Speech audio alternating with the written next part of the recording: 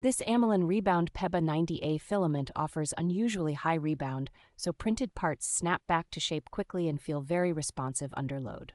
Its nylon-based structure with flexible segments gives a rare mix of toughness and elasticity, making it well-suited for footwear components, robotics dampers, and impact-absorbing parts. The material is noticeably lighter than typical nylon or thermoplastic polyurethane, which is a real advantage for drones, sports gear, and any design where every gram matters. It holds up well in demanding environments, resisting low temperatures, repeated flexing, and exposure to oils and solvents better than many standard flexible filaments.